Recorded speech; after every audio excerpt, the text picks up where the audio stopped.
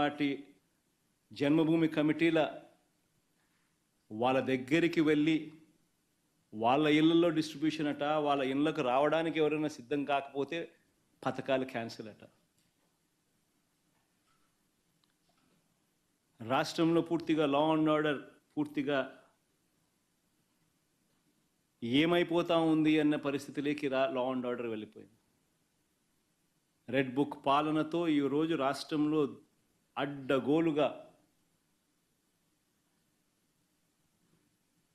న్యాయాన్ని పాతరేసి ధర్మానికి రక్షణ లేకుండా ఈరోజు ఆస్తులు ధ్వంసం చేస్తూ ఉన్నారు, దొంగ కేసులు పెడతా ఉన్నారు, ఇరికిస్తూ ఉన్నారు కేసుల్లో.